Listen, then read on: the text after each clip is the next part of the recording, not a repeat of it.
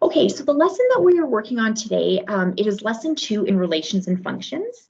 And the first thing that we are going to do is, if you have a highlighter, I want you to highlight this word relation. So the first thing, so the unit itself, it's called relations and functions. And so we start with looking at what relations are.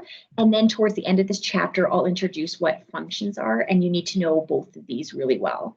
So this chapter is going to, or sorry, this lesson is going to concentrate on this topic of relations. And all graphs are going to be relations. So all graphs are relations. If I give you a graph, automatically you say that graph is a relation. And then what's going to happen is later on when I introduce functions, you're going to be able to look at a graph and tell me, is that graph a function? So while all graphs are relations, not all graphs are functions. And there's a really test that we could do to tell if it's a function. The second sort of thing you need to know about relations is basically what it is. It's a comparison between two sets of data.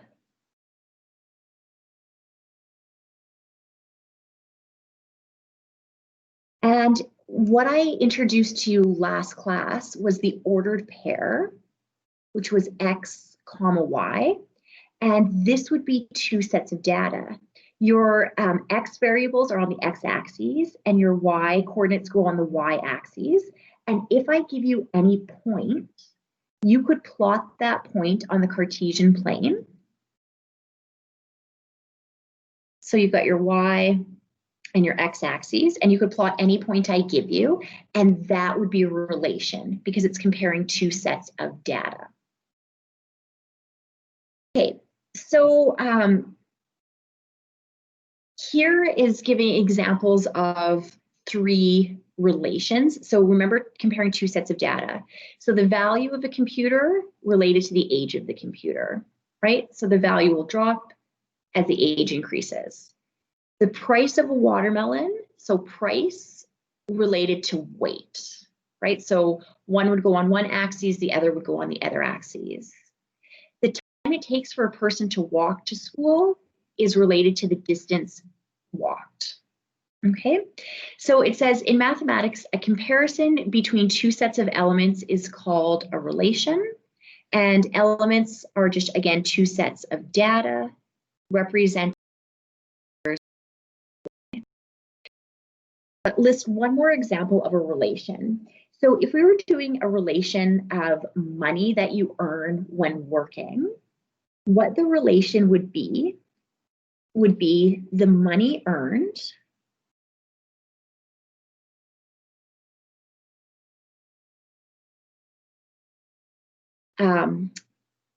at a job is related to, so how much money you earn each shift. Does somebody want to unmute and tell me, what do you think that's related to? How much money you get take home on a shift, what is it going to be related to?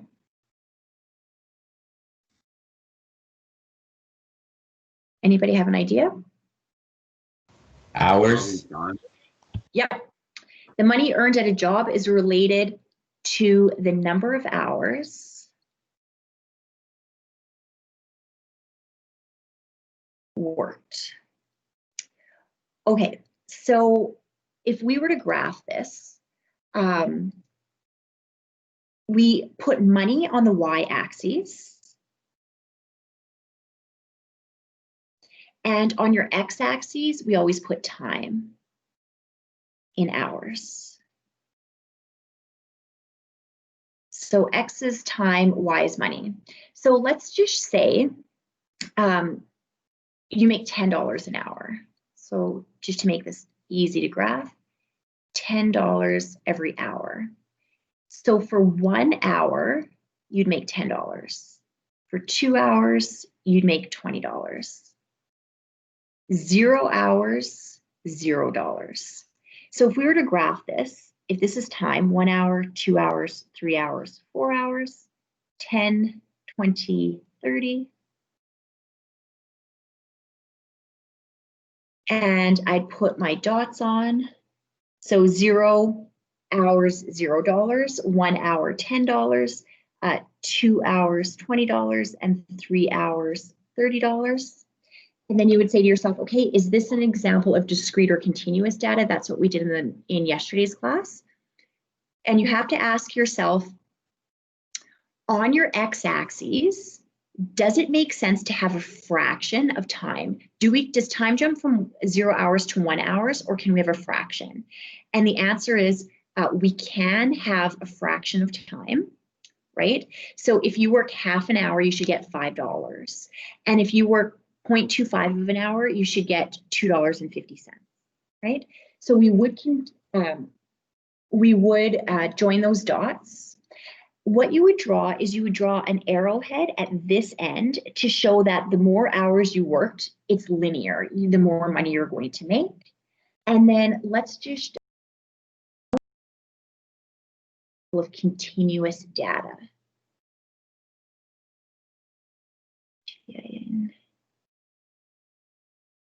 So continuous data. And remember that the criteria for continuous data is we ask ourselves, when we have points, does intermediate values exist on this line? So like, for example, does it make sense to say at 1.5 hours, you would make $15? And that does make sense. Intermediate data does exist, okay? Okay, so the next thing that I want you to write is, I want you guys to draw yourself one more Cartesian plane, and we're gonna look at this exact same example, so time and money.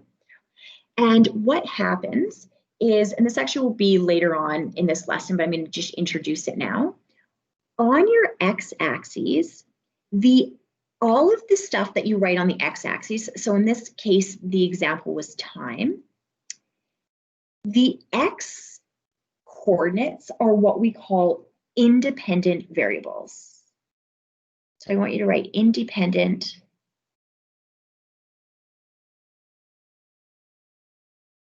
variables. And when they ask you questions on independent variables, you could shorthand that as IV. So whatever we write on our x-axis is our independent variable.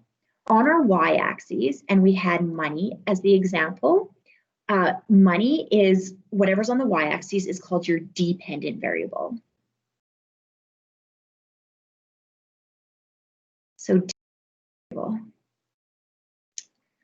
okay, so how this always works is you always start with your y-axis. So y-axis was the money you earn. So how you would say this is as follows. The money you earn depends on, and then you go to the x-axis and you tell me what's happening here. It depends on the hours worked, okay? So whatever's happening in your y-axis, the amount of money you earn depends on, because this is your dependent variable, it depends on this variable, which is going to be your hours worked.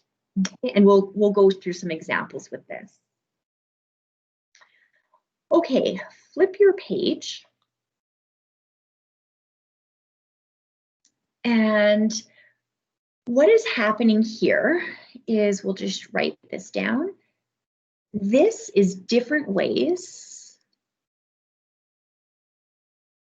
So different ways to represent relations. And remember relations, two sets of data.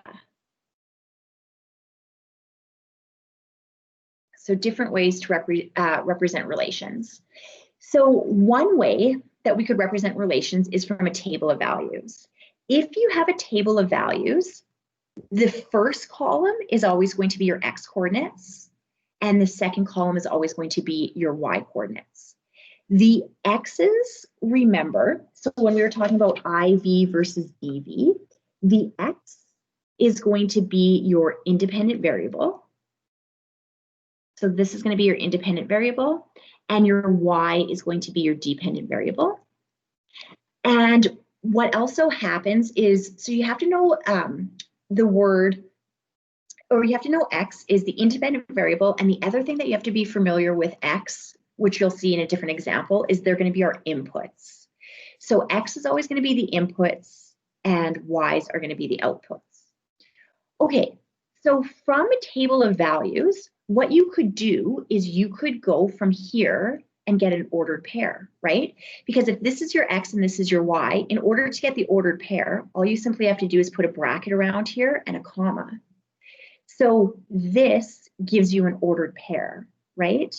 Right here, 70, 7.5, that would be an ordered pair. So from a table of values, that's one way we could represent two sets of data, or we could take this data and we could represent it as ordered pairs. So table of values is one way, ordered pairs is another way to represent data. Once you have ordered pairs, the third way that you could represent data is graphing it. So they graphed all of these ordered pairs, right? So 20, 10. So down here, here's my, these are my X coordinates, and these are my Y coordinates. And this point here, that ordered pair would be 20, 10, okay? Another way that we could represent data, so these three ways we looked at last class, there's going to be one more way, and this is a new way that I haven't showed you. It's called a mapping diagram. So what happens is these mapping diagrams have these like two eggs. The first egg is always your X, and the second egg is always your Y values. So in this egg, the X egg, I have to put all of the X values. So 20, 30, 40, 50, 60, 70, 80, 90, 100, all the way up to 120. So that's what we've got here. What a mapping diagram does is you then put the Y values in this second egg. And by convention, it's easiest to write your Y values from the smallest Y value to the biggest. So if I went over here, the smallest Y value would be 7.5, right? So they wrote 7.5. And then there was 7.6 and 7.6. You only need to write that once. So if you have a repeat, you only need to write that repeat once. And then after 7.6, our next biggest Y value would be 7.9, which was this guy. So they wrote all of their Y values. They've got all of their X's from smallest to largest, all of their Y's from smallest to largest, and then they mapped. And what they mapped is 20 goes with 10, right? So 20 and 10 are an ordered pair. So on here, they had an arrow coming out of 20, and it went down to 10. They had an arrow coming out of 120, and it went to 10. So that's just how this mapping works, and we'll look at mapping in more detail later. Right now, for this lesson, you just need to know that there's 4 ways to represent relations, and they are the table of values, ordered pairs, graphs, and we could map. Okay, we skip page 401, and now I want you to go to page 402, and we're going to highlight, here's where we're going to get into the independent and dependent variables. Okay, so we're going to explore this now. So on this page, draw yourself a Cartesian plane and label your X and Y. So that's the first thing you have to be able to do, is you got to be able to label this Cartesian plane. So there's your X's, there's your Y's. And then what I tell students to do is I always say, okay, if they're going to ask a question about independent, dependent variable, let's write underneath each one or beside each one, which was the IV and which was the DV. So X's are your independent variables, and this is your dependent variable. So remember, like, the amount of money you earn depends on the amount of hours you work. Now, the other word for an independent variable or your x coordinates, these are called inputs. And I'm going to show you this example right away. So these are called inputs. Your y coordinates are called the outputs. Okay, so how is this going to look? So they give you an equation here.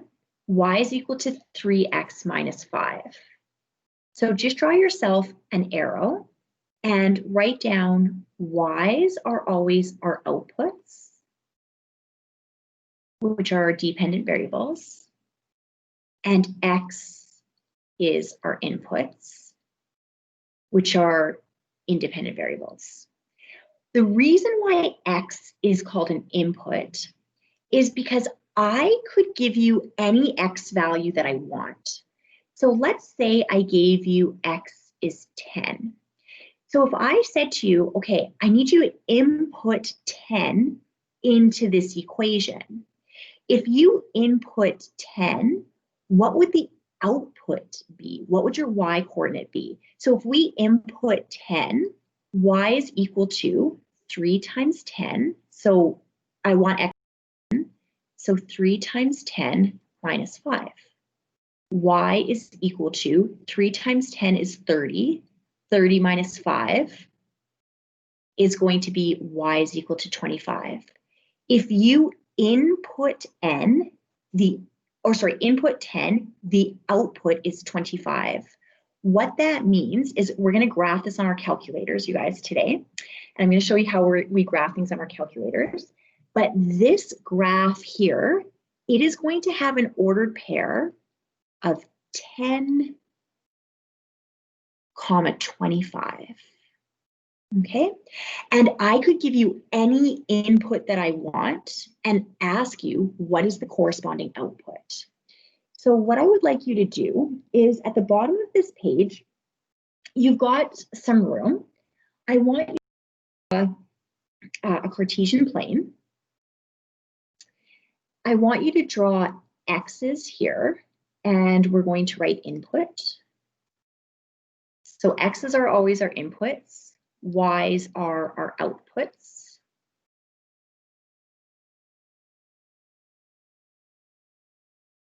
And I want you to, let's write the equation. So the equation was y is equal to 3x minus 5. I am going to give you some inputs, and I want you guys to input those x values into this equation and write the corresponding outputs. I'm going to give you 4, and then I'll pick 4 different people. So I want you to take the x values or the inputs of negative, actually I'll give you 5, negative 1, 0, 1, 2, and 3. So I'll do this first one, and then you guys will do this. So if I give you an input of x is equal to negative 1, you need to input that negative 1 in here.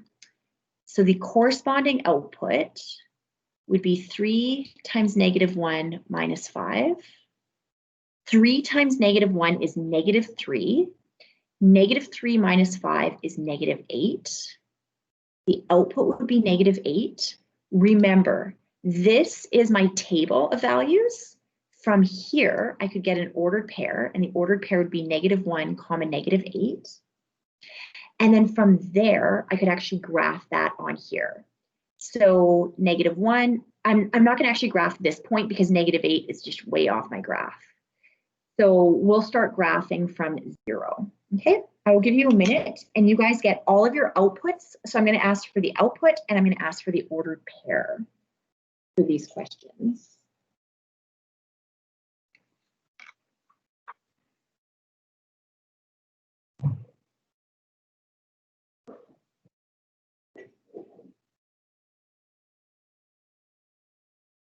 Okay, when you have an input of 0, so 3 times 0 minus 5, Oliver, what are you getting for the output?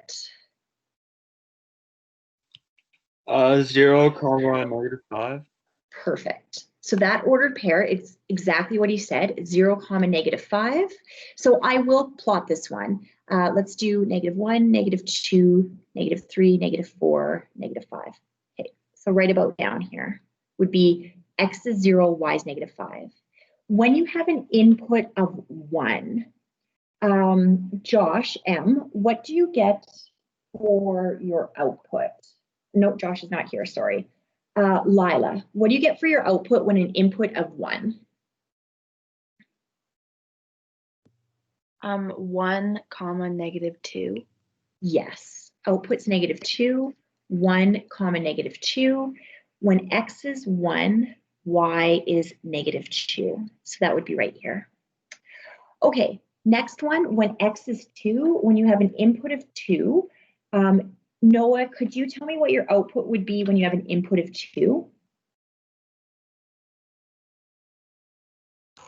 Would that be 2, comma? Yes. So that would be 2, 1. When x is 2, y is 1. And then the last one, Jackson, do you have what the output is when x is 3?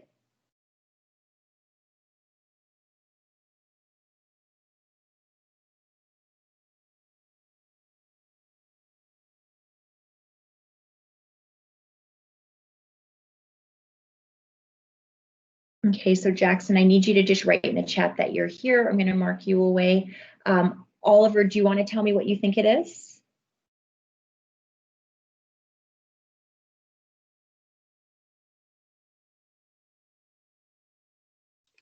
Is it 3, 4? Yes. 3, 4. Okay, so the output's 4. So let's put that one on. 3 and 4 would be right about there. Okay, so my graph is not real. What should happen is all of these points should lie on a straight line. And I'll show you when we actually put this on our calculators. But all of these points should lie on a straight line. If any of the points are off your line, this is when you are using grid paper. So for your homework, if any of your points are off your line, that's how you're going to know you're made a mistake, because these graphs that we do in Math 10C, they're called linear graphs. They're all going to be line graphs. Okay.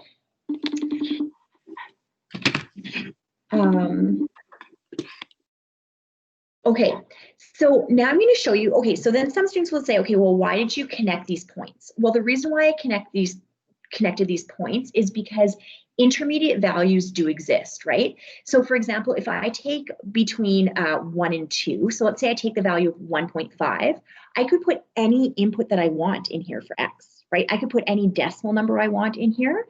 So I would connect the dots because intermediate values exist.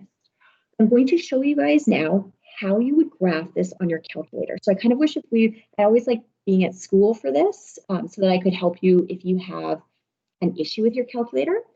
But what I want you guys to do, I'll try to troubleshoot here if I am able to. I'm just going to clear this. Sorry, this was from the 30s.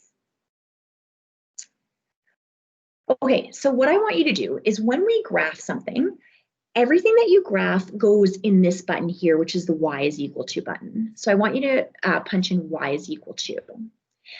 And just to make sure, like, I'm going to start by troubleshooting, these 3 plots should not be turned on. So for example, if a plot is turned on, it would look like that. I need you to deselect that if any of your plots are turned on. So to deselect it, I would just reselect it. I don't want any of those plots highlighted. What we are going to do is in Y1, you're going to enter the equation of your line. The equation of my line is 3x minus 5. So how I enter that is 3. Here is your x button, and then minus 5. Now, I don't know how many of your calculators have been like changed. So I want normally we could just hit graph, but I want you to hit zoom 6. And what zoom 6 does is it just changes it to a standard, what's called 10 by 10 window. So this should be your graph here at when you hit your function. So again, how I did that in Y, I entered my equation. So 3, there's your x minus 5. I could now just hit graph. If ever your graph is off though, you just hit zoom 6, and this is what's called resets your graph. So hopefully everybody got this graph here. If you didn't, what's going to happen is I'm going to get you to reset your calculator. So actually, if you didn't, you guys, could somebody just write in the chat if it didn't happen, if you didn't get this picture, and then I will show you how to reset your calculator. But if you don't write in the chat, I'm going to assume that everybody is getting this graph. Okay, so then from here, oh, the next thing I want to show you on that graph is a table of values. Okay, so Andrew's saying mine looks different. Okay, so what I want to do with you guys right now is mine did not work for Jameson and Kale. Okay, good. So let's all reset our calculators is what we're going to do. So as a class, we're going to reset our calculators, and this should solve it. Okay, so how we reset our calculators. So everybody go to leave your graph, hit second quit. So that's how you leave your graph. Okay, so to reset your calculators, I want everybody to hit the second button plus. Hit number 7, which is reset. Scroll over to all. Hit number 1 and hit number 2. As long as it says like memory cleared, or even if it says RAM cleared, I don't even care at this point. As long as it says memory or RAM, you are reset. I know mine's reset because it went into radian mode. I'm not even going to turn it back into degree mode right now because we're not doing anything for trig.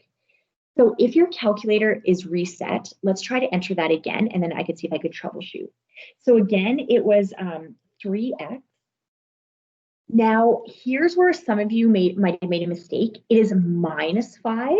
If you hit -5, I'll show you what happens if I hit -5 instead of -5. It gives me like this little tiny negative. And when I hit graph, oh, I'm surprised you even graph that. But that's not what the graph is. If your graphs look like that, that's you entered a negative instead of a minus. So it should be 3x -5. And then you should just be able to hit graph and get that. Miss King, how do you get the x? Okay, so the x scale, I'm going to clear this again. So 3x is right next to your alpha button. And then -5. Graph. So I want Ange, Jameson, and Kale, I want you to write in the chat now if you're getting this picture. Because it will save you guys so much time if you're able to, like, there's some teachers, okay, so Jameson worked, Kale and Ange, how about yours? There's some teachers who don't even want students to use the graphing calculator in this course, but to me, it's just so helpful for like a lot of it.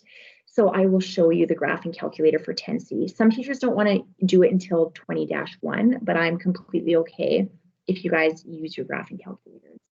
Ange, how about you? Is yours working? I just can't see in the chat. Okay. So now I'm going to show you guys how do you get a table of values from here. So remember that we had -1 and -8, 0, -5. How do you see this on your calculator? So on your calculator, you would go to second function, and then you'd hit graph because above, okay, sorry, I'm just going to, Ange, what I want you to do, if yours is zoomed in, could you hit that zoom button? Oops. Sorry. From your graph, hit this zoom button and hit 6. And that should go back to a 10x10 window. If you hit that zoom button and then the number 6.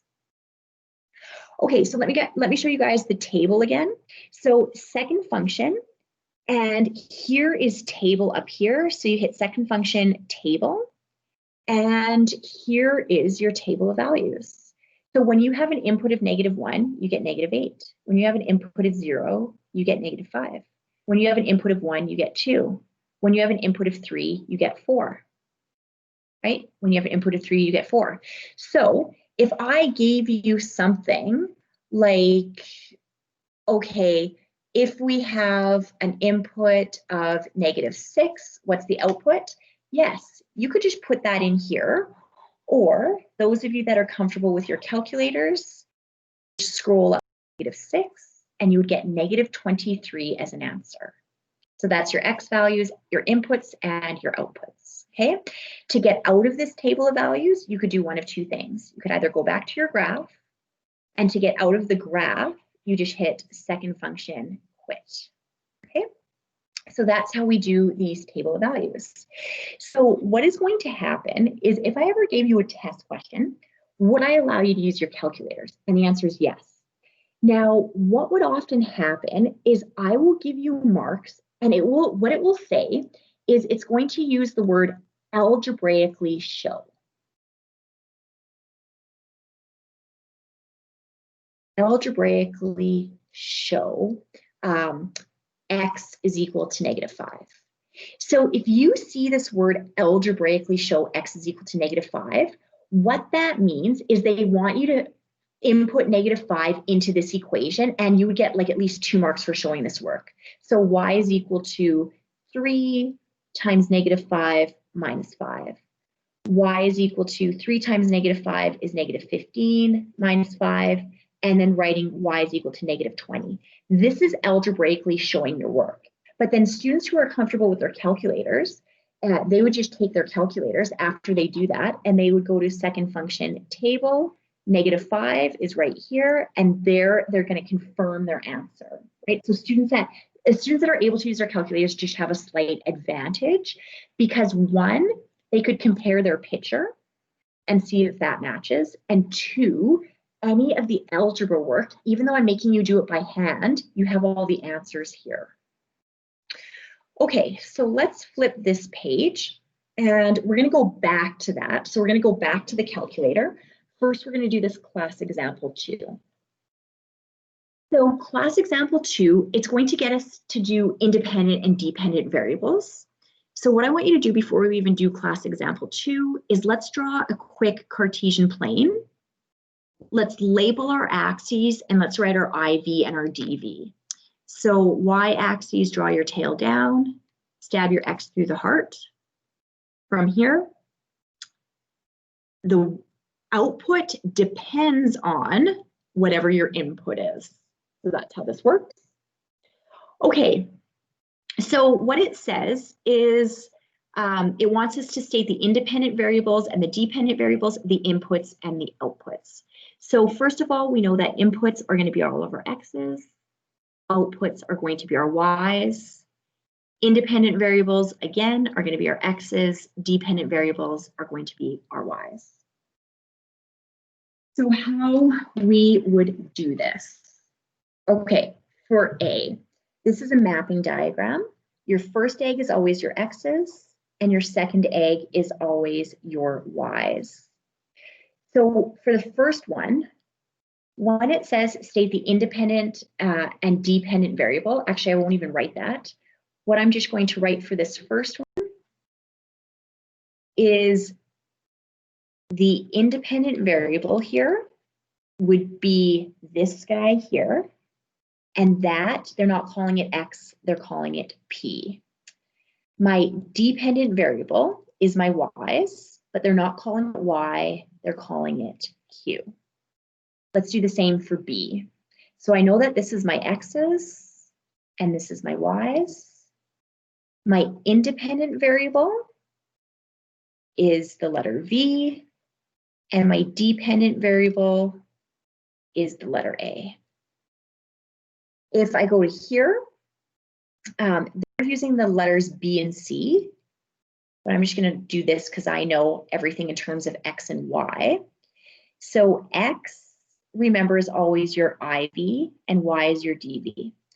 So therefore, B is in place of the X, so that would be my independent variable, and C would be my dependent variable. So that's how you would do independent and dependent variable, whether I give you a mapping diagram, whether I give you a table of values, I give you ordered pairs. Now let's do our inputs and outputs. So for this guy, The inputs are always your x's. So 5, 8, and 11.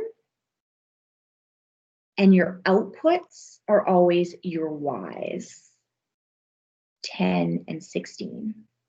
For here, your inputs are always what can we input into the equation when they give us the equation? So 4, 10, and 25. The outputs are the y's. And remember that it's helpful if you write it from smallest to biggest. So I've got 12, 15, and 15. If you have a double, you only need to write it once. So the outputs are going to be 12 and 15 are my outputs. For here, my inputs are all of the x's. So these are all inputs, 3, 4, 5, and 6. And the outputs are all of my y's, 7, 11, 15, and 19. Okay. Class example 3. Okay, so what it is, the diagram shows relations expressed in different ways. In each case, state the independent variable and the dependent variable. Okay, so we're going to, let's write IV above independent variable, and let's write our x's. Dependent variable is dv, and that's our y's. So let's actually start with B. I know that this is where x goes. So this is my independent variable. So time is an independent variable. And this is where my y's go. Height is dependent variable. So the height depends on how much time went by. So I don't really know what this is an example of. Maybe like, I don't know, growing taller, something like that. Who knows what this is an example of. But the height depends on how many years go by or something like that. Okay, this one's a little bit harder to see because we're used to seeing things like y is equal to 2x plus 4. So just know that if we saw y is equal to 2x plus 4, y's are always our dependent variables and x's are our independent variables. So this would be in place of the y, right? And that would be variable. And r here, we could input different radiuses. This is the formula for circumference. And I could input any radius I want, a radius of 1, of 2, of 3. So this would be my independent variable.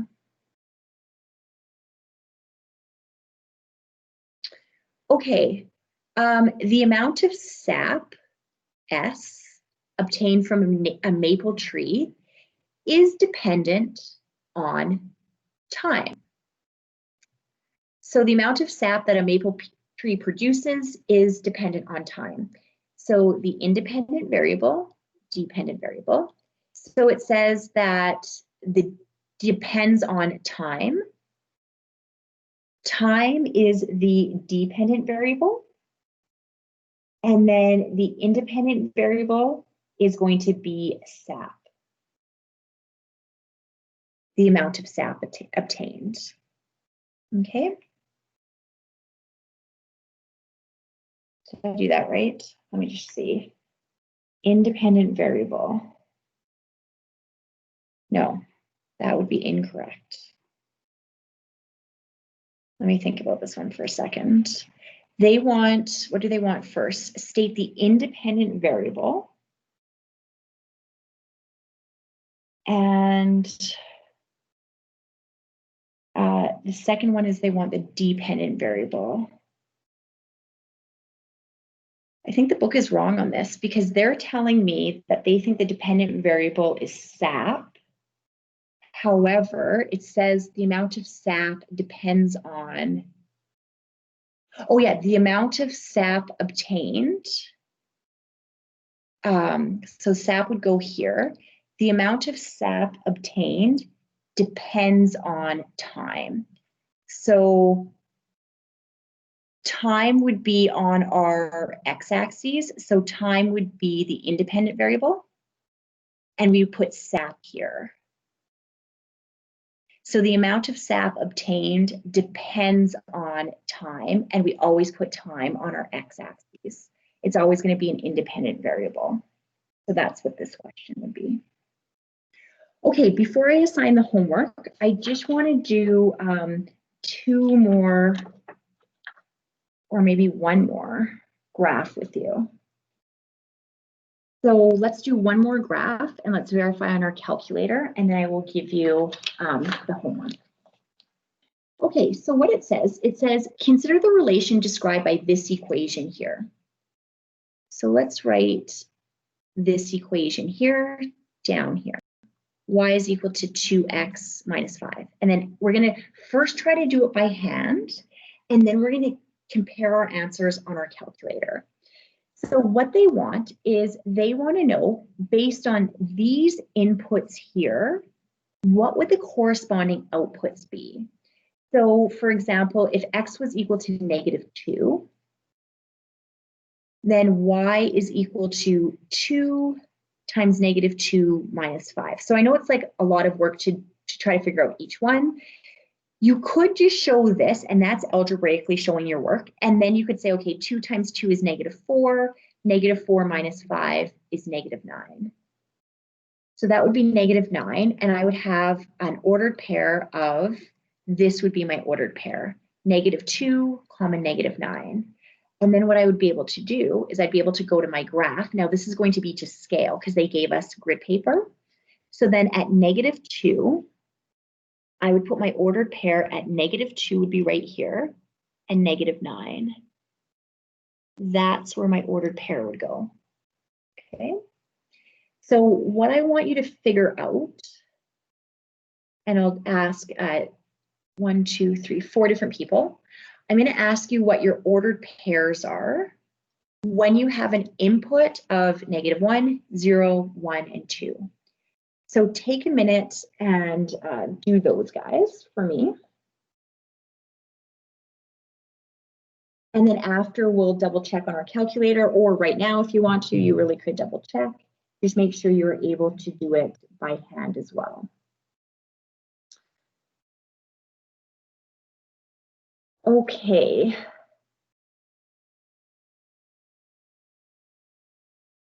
Arshia, what do you have for -1, an input of -1? I got 1, -7. Yes. So -1, -7. And then if I go down here, -1 would be right there. Okay, the next input of 0. So if you have an input of 0, J to D, what do you have for an input of 0? -5. Let's see, yeah, output is -5, 0, -5. When x is 0, y is -5. Okay, next one, Connor A, do you have what your output is when you have an input of 1?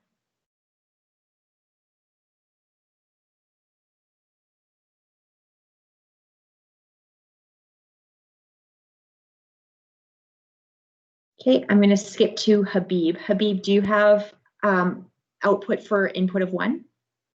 -1. I've got that for this one. -3. -3, yes.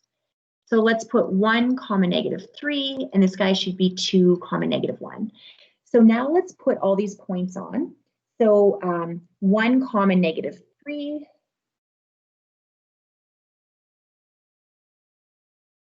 Would be here. 2, -1 would be here. Okay, so what it says is complete the first 5 rows of the following table, which shows some of the possible input values. So we did the first 5 rows. Plot the ordered pairs on the grid provided. We've done that. Now it says connect the points on the grid and extend the line in both directions with arrowheads at both ends. So for this example, I'm going to use my ruler. And remember, because this is done to scale, nothing should jump off, like no lines, no point should jump off your line.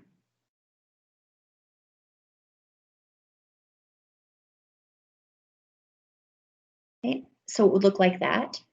And then the reason why we draw arrowheads at both ends is because of the following. This is showing me that the graph will continue forever going up, right? So I could give you like an input value of 10 and you'd get an output value over here.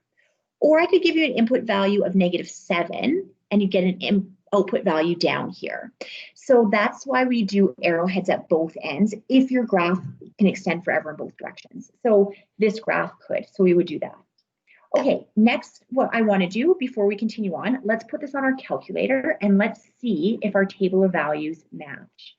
So on your calculators, go to y is equal to, clear what you have stored in your calculator in y1, and we're going to input the equation, which is 2x minus 5.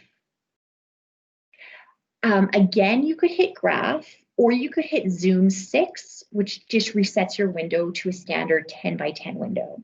It looks like I've got a y-intercept of -1, 2, 3, 4, 5, -5. So here, sure enough, it cuts through -5. Then if I go to my graph, the x-intercept, so this is my x-axis. Where does my graph cut the x-axis? It looks to be 1, 2, about 2.5 is what it looks like. So here's my x-axis right here, and sure enough, 1, 2, that looks about 2.5. So my diagram or my graph is drawn pretty well. Then I also want to, like if this was a test, I'd want to confirm -9, -7, -5. So to do that, I would look at my table of values. And it was starting at -2. So here they are. -9, -7, -5, -3, -1. So all of these are confirmed. Okay, use the graph to determine the value of y when x is equal to 6. So what this is saying is when x is equal to 6, what does y equal? So go to your Cartesian plane and find 6, which is right here. Go up to your graph and put a dot there, and the corresponding y value you should be getting is 7. This will always give you an ordered pair. The ordered pair is 6, 7. To double check that I did that correctly, I could look at my calculator and I'm going to go to now x is 6. And sure enough, y is 7. So I did do that one correctly. Okay, use the equation to determine the value of, use the equation. Okay, so what was the equation? The equation was y is equal to 2x minus 5. So this is where you would have to algebraically show me your work. You'd be getting your equation, and then you would say if x is equal to 6, right? What is y going to be equal to? If I give an input of 6, what will my output be? So I would want to see this, 2 times 6 minus 5, y is equal to 12 minus 5. Really, I don't need to see that. I'm fine if that's done in your head. And then 12 minus 5 is 7. If I have an input of 6, an output of 7, that always gives you an ordered pair because that's your input, that's your output. And remember, all ordered pairs are going to be on your graph. Okay, write the value of y when x is equal to 6 in the table of values using the first blank space. So let's do that. When x is 6, they want y, we said that our output was 7, that ordered pair would be 6, 7.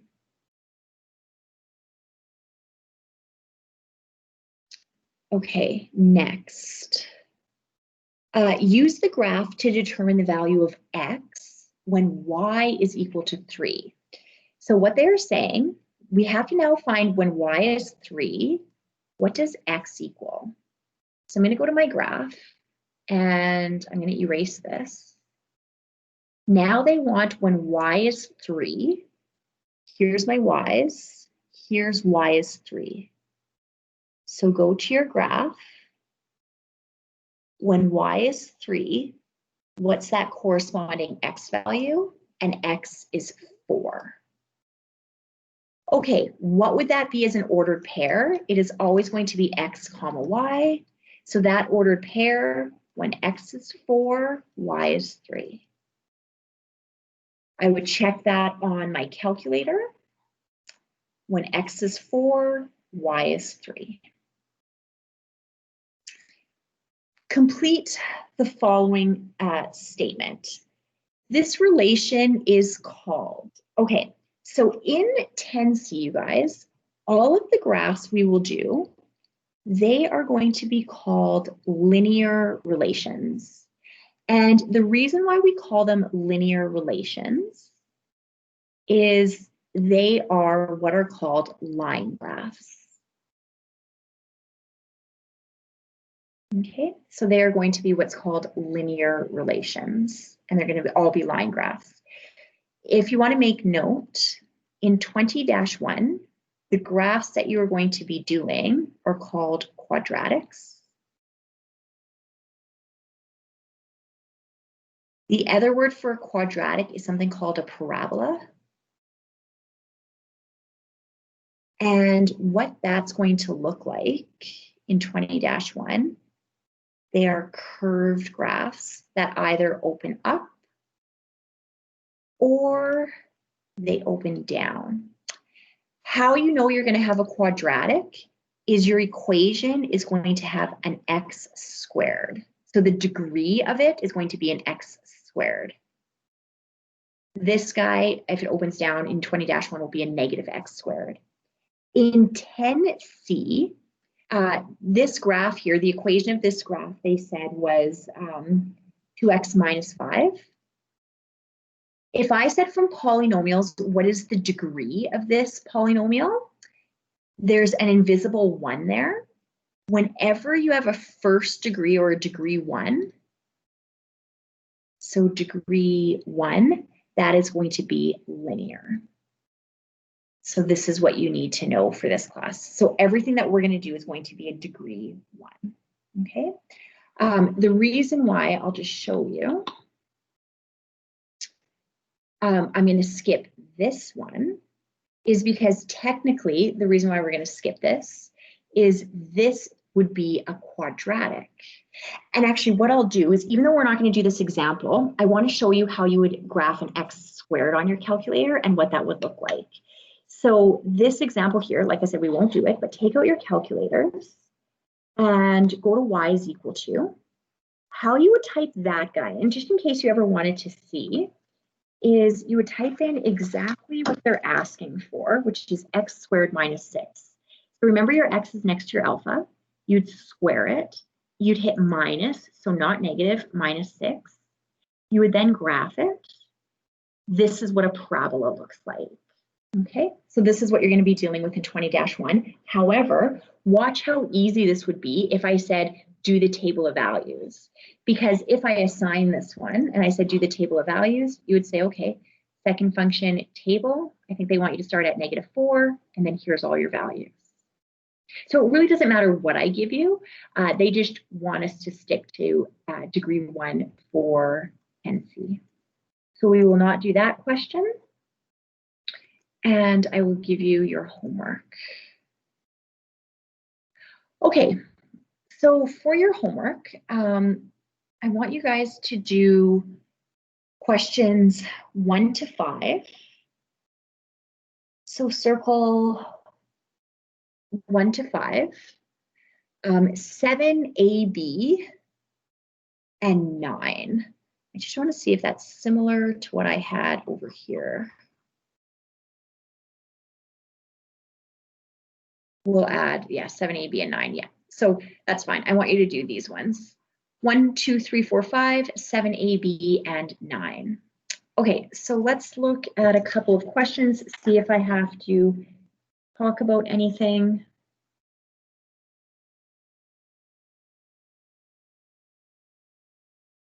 So question 1 is good, it's just filling it in.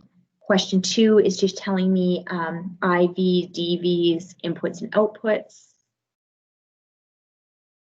Question 3, independent and dependent variables.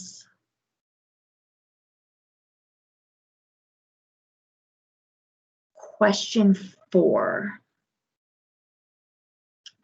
list the different ways that a relation may be represented. Okay, so that was, remember, all of the different ways. So ordered pairs, a table of values, a graph, mapping. You're going to list those ways. So do number 4. Number 5, I want to show you guys this one and how you would enter this on your calculator. Okay, so this is the equation here. So I want you to just rewrite this equation. Remember that, yes, I'm going to allow you to use your calculators. However, you need to be able to do this algebraically as well. So what this equation is, it is negative x minus 2. So if we were to input negative 3, x is equal to negative 3, what we do is the x comes out and the number goes in a bracket. So how you would enter this is y is equal to negative in a bracket, because they've got the negative, right? So I brought down that negative. The x comes out, negative 3 goes in, and then bring down that minus 2. Y is equal to 2 negatives give you a positive. 3 minus 2, 3 minus 2 is 1. So negative 3, comma 1. Okay. Let's enter this on our calculator, because how we have to enter this, it's going to matter. And if you don't enter it correctly, you'll get an error. This is a negative, or sorry, this is a minus. This is a negative. It is negative x minus 2. So if we were entering this, like if you want to see what your picture is going to look like, you would go to y is equal to, clear what you have, negative x minus 2, I think is what it was. Graph this guy.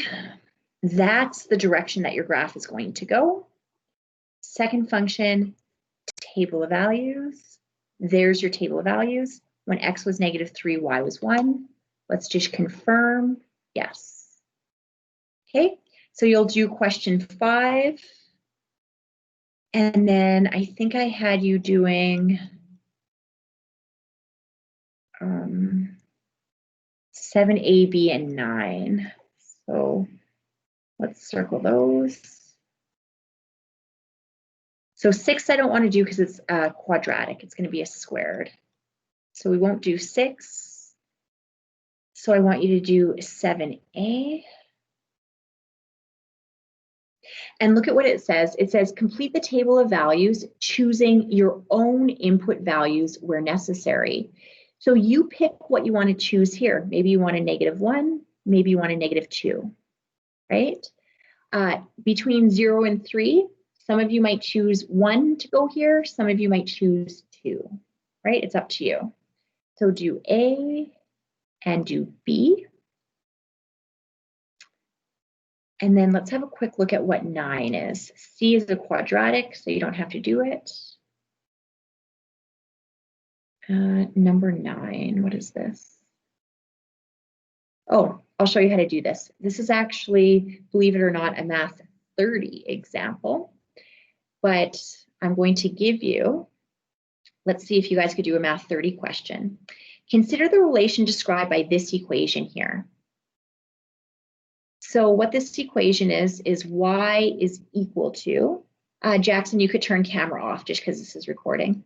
Y is equal to 1.5 to the power of x minus 2. If the input is 4, we know that input is x values. So they want you to input in this equation 4 where you see an x. 1.5 to the power of 4 minus 2. y is equal to 1.5, 4 minus 2 is squared. And then on my calculator, I'm going to get out of here by doing second quit. 1.5 to the power of 2 gives me 2.25. Would be your answer to number 9. Yep, that's the answer. So 2.25.